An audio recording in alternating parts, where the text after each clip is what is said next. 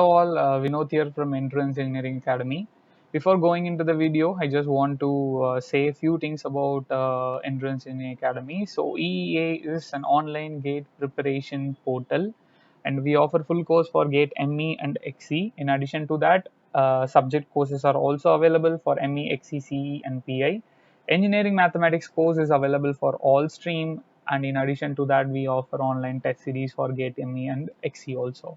So this is our website. You can just check out so that you will get to know more about us. And in addition, we have our own Android app and also iOS app, and you can just go through that also to know more about our courses. Okay. And this is our last year, that is GATE 2021 result from XE. And now let us proceed to the video. And this video is taken from online video course of Endurance Engineering Academy. So let us discuss a question based on freely falling body. Okay, a ball is dropped from a balloon which is going upwards with a velocity of 15 meter per second. So let us consider there is a balloon. Okay, so there is a balloon.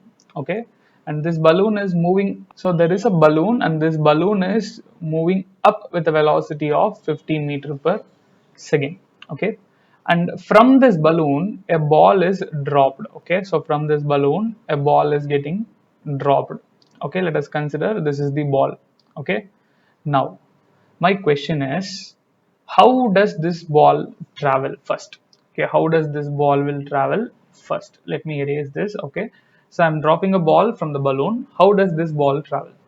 Let me give you one small example, just a small comparison, so that we can understand this concept more clearly. You consider there is a bus. Okay, it's very common, we used to travel in bus regularly, right? So let us consider there is a bus. Okay, and like initially the bus was at rest. Okay, and you want to board in the bus. Okay, you just want to board in the bus. What you will do, the bus is already at rest, so happily you can slowly board in the bus without any, that is, you can just get in the bus without any issues, right? So there is no issues in boarding in the bus if the bus was at rest. Okay, but now let us consider the bus is moving now. Okay, the bus is moving now at a velocity. Let us consider 15 meter per second, just for conveniency to compare it. I'm taking 15 meter per second. Now the bus is moving. Now if you need to get into this bus, what you will do? Just imagine and say. It's very obvious that you will start moving, right? You will start running. Okay, you will start running, and once you reach the same speed as that of bus, okay, that is 15 meter per second, you will just get in the bus. Am I right? You will just get in the bus. The similar thing, okay, similar thing if the bus is there. Okay, the bus is there, the bus is moving at 15 meter per second. Okay, and like initially let us consider it was at rest. Okay, initially it was at rest. You need to get down the bus. What you will do, you will happily get down the bus without any issues. But if the bus is moving at 15 meter per second and now you need to get down the bus, what you will do, will you directly get down and will you stand like this? Okay, directly will you get down and stand like this? Of course not. What you will do, it's very obvious that you will get down and you will start running along the direction of bus. What are the direction bus is traveling, in the same direction you will run with the same velocity. And what you will do, you will start decelerating after traveling for some distance. Okay, after, let us consider, after traveling for x distance, you will decelerate completely and you will come to rest. Am I right? So but initially when you are coming down, you will be moving, you will be running with the same velocity. Okay, with the same velocity as that of bus. You will travel for some distance by decelerating, like keep on, you will be reducing your speed, and finally you will reach zero velocity. This is very obvious, right? And why it is happening, it's very simple. When you directly jump out of the bus, okay, at a zero velocity, 0 meter per second, let us consider, what will happen? Obviously you are going to fall down, and that is going to result in some not a desirable effect. Okay, the result is not going to be desirable. Okay, there is going to be some kind of issue which is going to happen. So obviously you won't directly jump out of the bus at 0 meter per second, except at the some of the Indian movies which you used to see. Okay, so other than that, of course, in reality that is not possible to get down the bus at 0 meter per second. So what we will do, we will run along the bus, okay, for some distance we will run along the bus and we will keep on decelerating and finally we will reach zero velocity. That is the same thing which is going to happen here also. Balloon is moving with 15 meter per second. I'm throwing a ball out of the balloon. So what will happen to ball? For some distance, okay, for some distance, let me show you properly.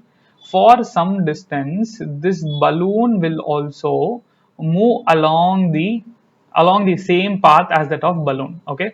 So for some distance vertically upward it will go, and initially when it is moving up, what will be the velocity here? Here when it is moving up, it will move with the same velocity, 15 meter per second. Then only relative velocity will be there. Then only relative velocity will not be there. Relative velocity will be zero. So as that of here, okay, there should not be relative velocity between the person who is coming down of the bus, right? If there was a relative velocity, then there will be some undesirable effect which we already know, right?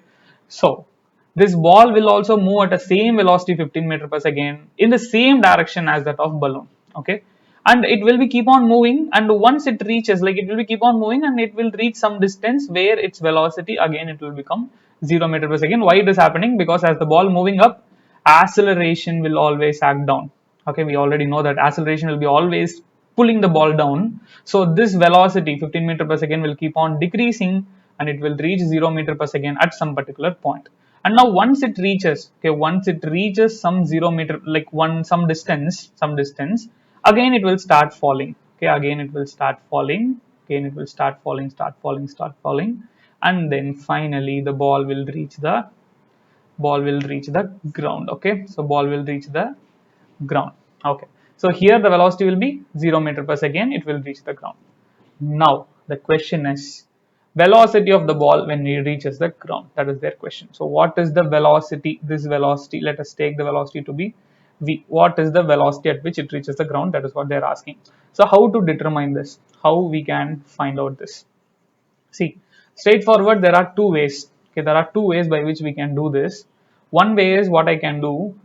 We already know that here velocity is 15 meter per second. Here velocity is 0 meter per second. By using these two data, and acceleration due to gravity is g, right, which is acting downwards. Acceleration due to gravity always g, which will be acting downward. By using these three data, I can find this x value. Okay, I can find this x value. And now by using this x, this will be x, right? So first I need to find this x from these two data, okay, with 15 meter per second, 0 meter per second, and g.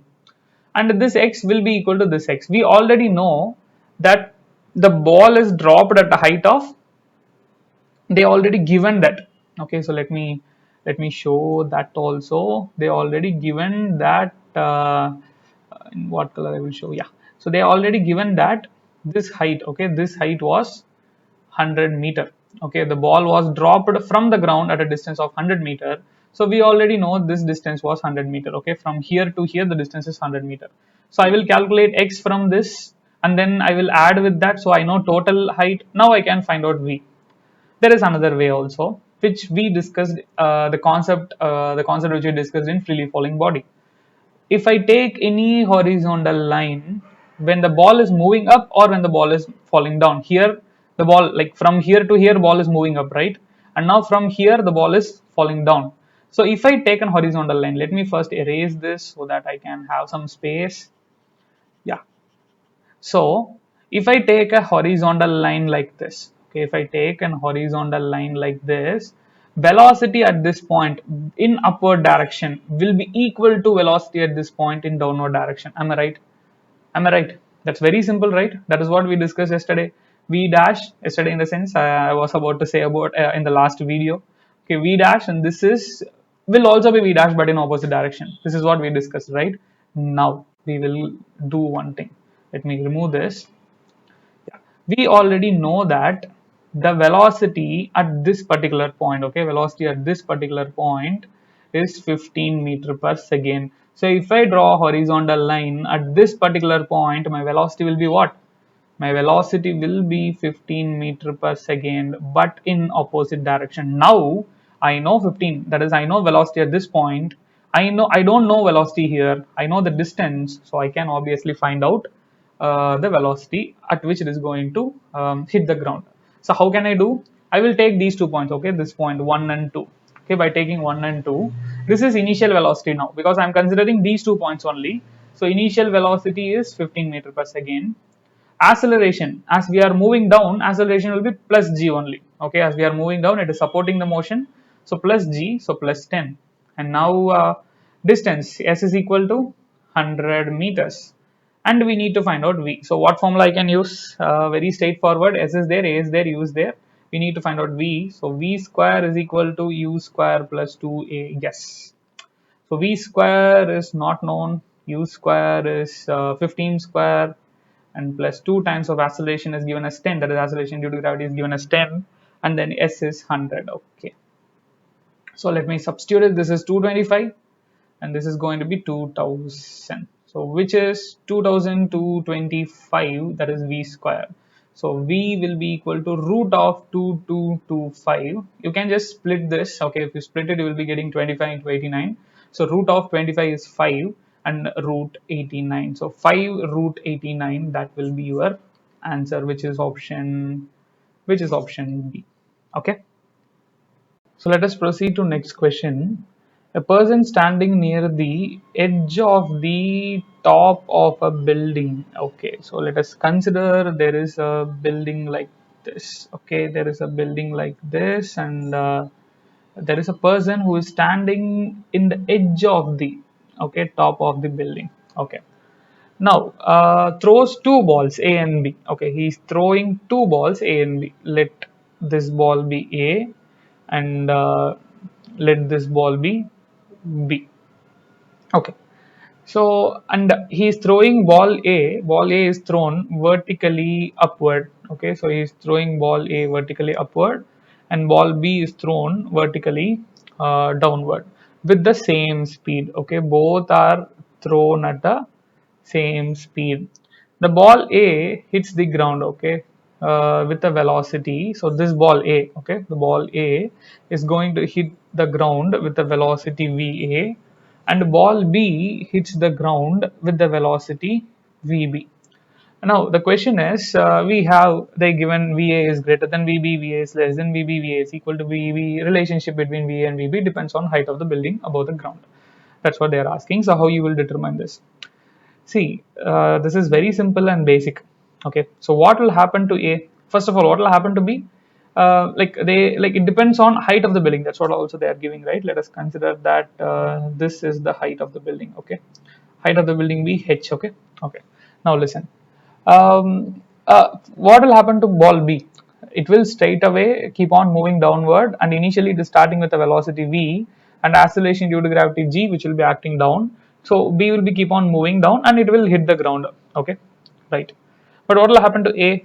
A will first move upward, right? Because we are throwing it with the velocity v and it is moving upward, and it will reach some distance. Okay, it will reach some distance. It cannot go for it cannot go as long as possible. It will go to some distance where velocity becomes zero. Why the velocity is becoming zero? Because acceleration due to gravity is against this ball. Okay, against the motion of the ball.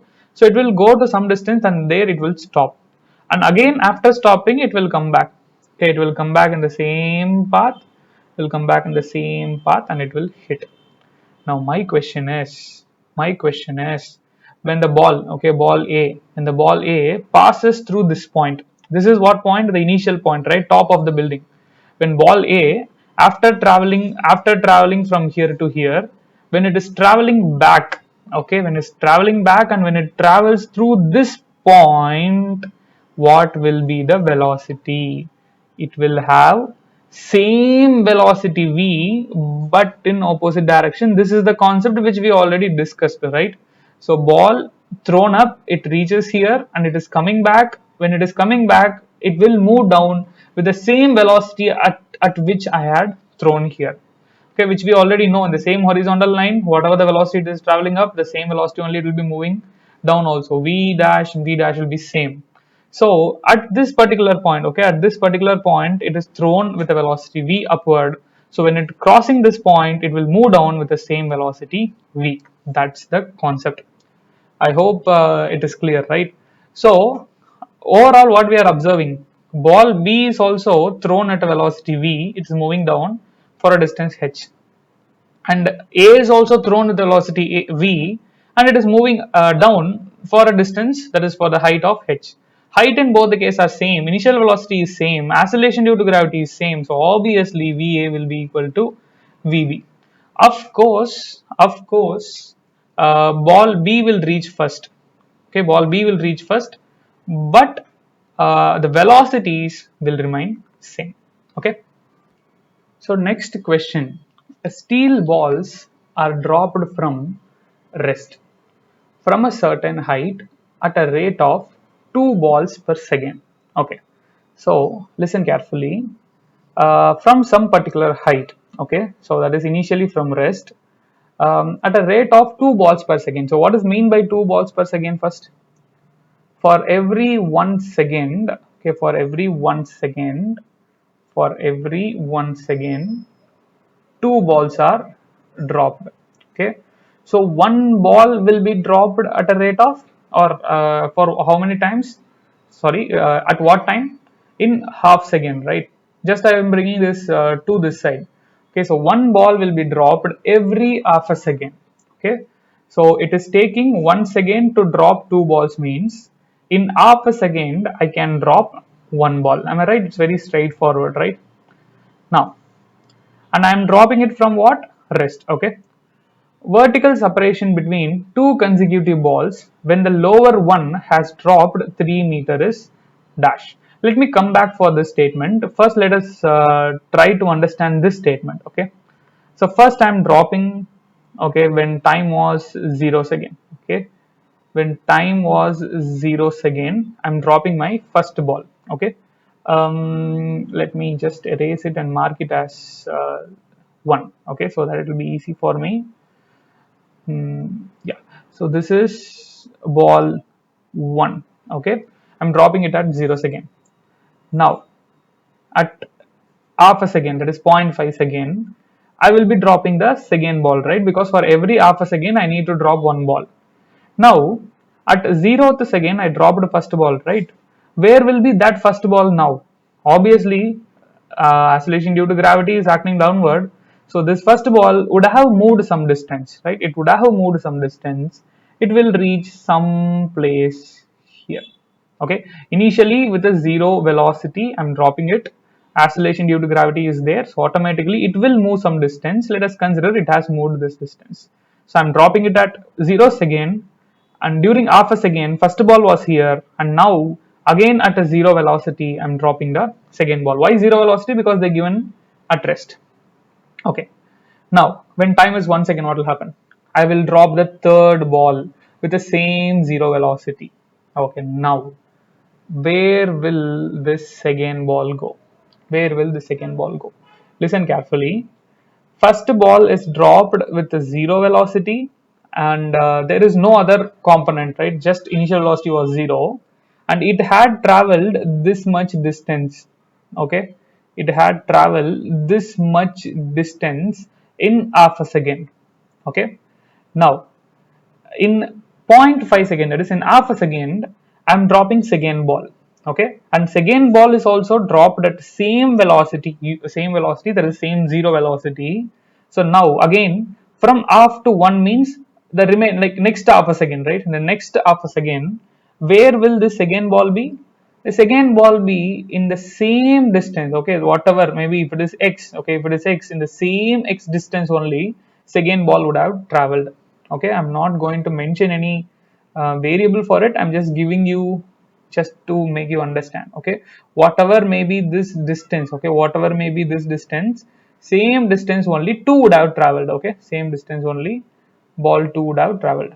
Now what would have happened to ball 1? See, initially ball 1 was at zero velocity, but now that is at 0.5 second, this ball 1 will have some velocity. The initial velocity is not going to be 0, and acceleration due to gravity is acting downward. So for the next half a second, for the next half a second means t is equal to 1, right? So for the next half a second, when t becomes 1, this first ball would have traveled more distance. Okay, suppose if this is x, okay, if this is x, now it would have traveled more distance. Y? Okay, so this is the first ball. Y will be surely greater than that of x. Why y is greater than that of x? Because first ball here is having some initial velocity, okay, but for traveling this distance it didn't have any initial velocity. So now it is having initial velocity, so it will cover more distance compared to the last half a second. Okay, in the first half a second it covered some distance x.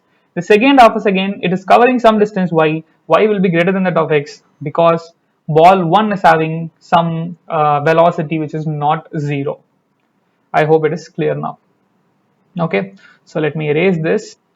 So now this distance and this distance will be same. Okay, whatever the distance 1 has traveled during the first half second, same distance 2 would have traveled, okay, for the second half second. Okay, so that is fine, right?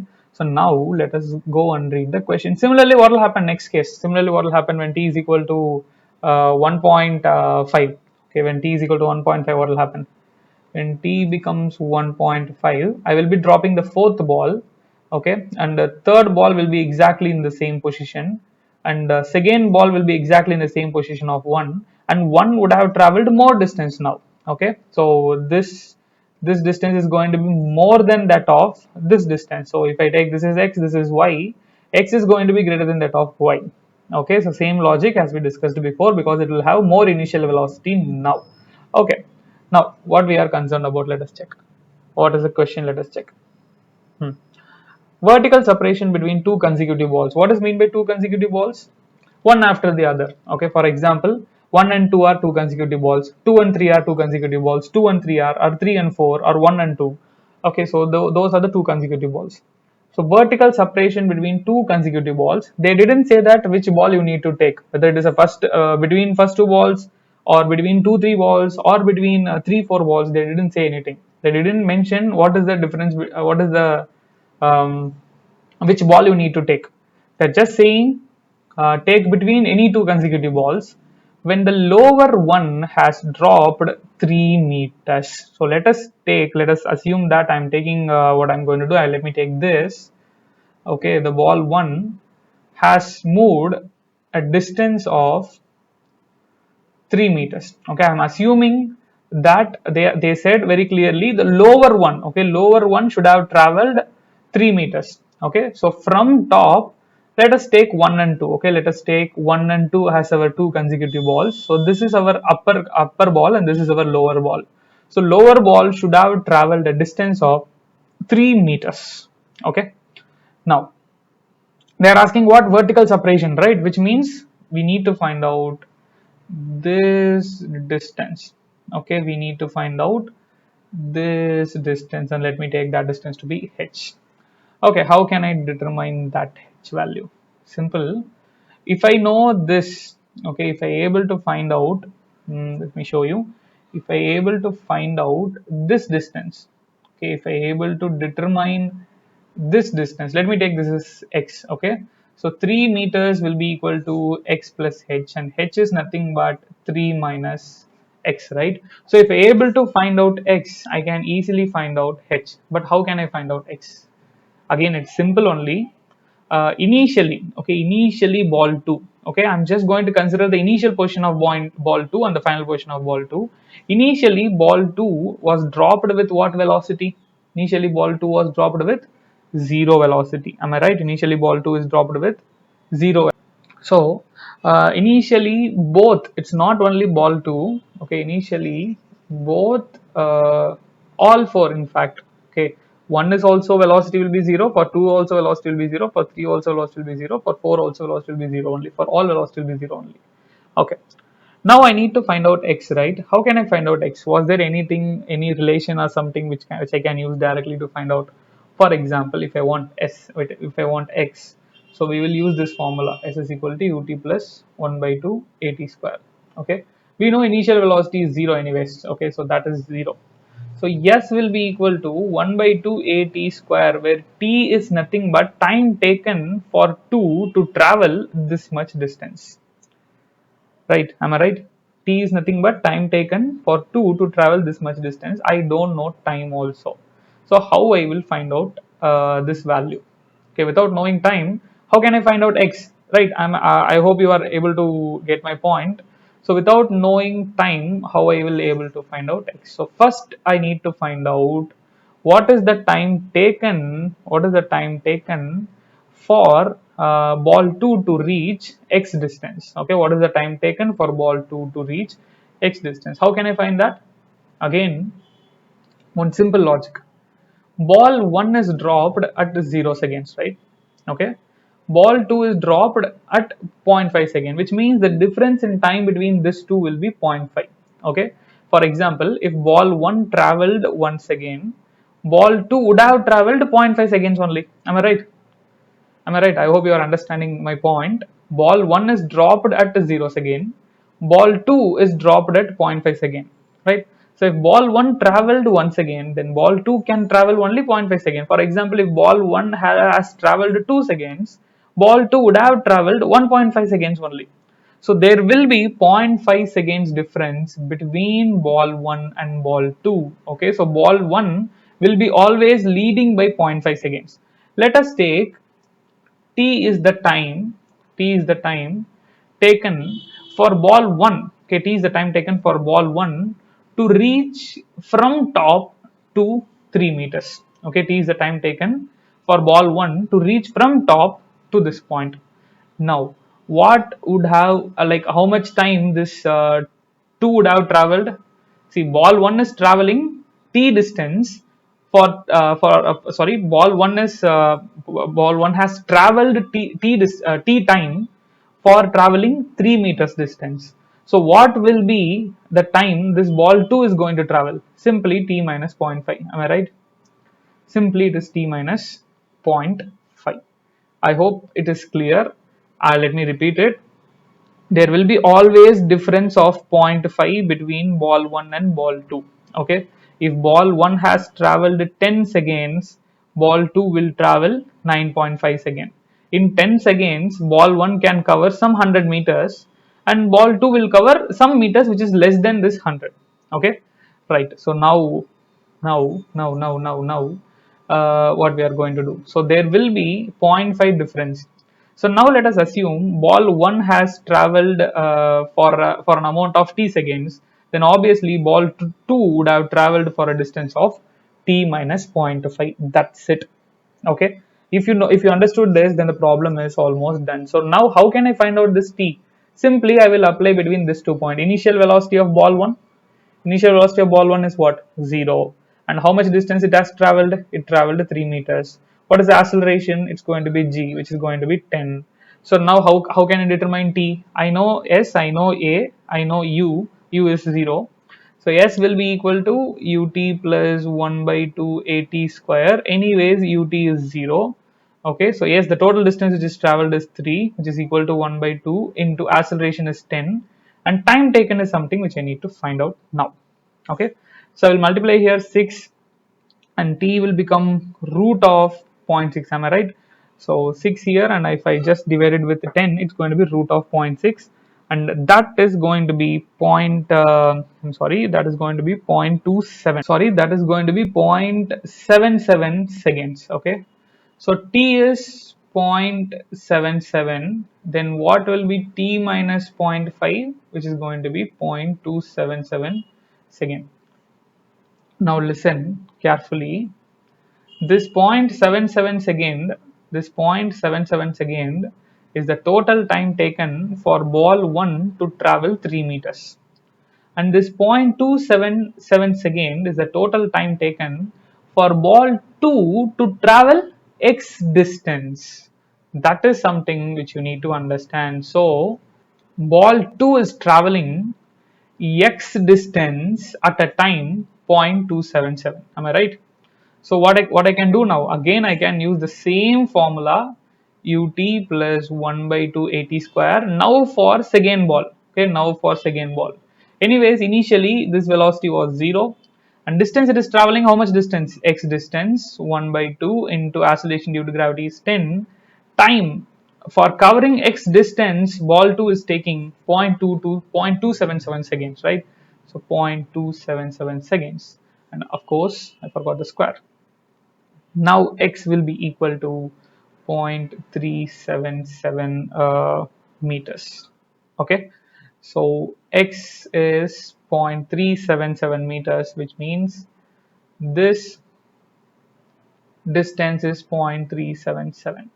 finally, as I got x is equal to 0.377, h will be equal to 3 minus 0.377. Okay, so which is approximately 2.62 meters, which is option C. Okay, which is option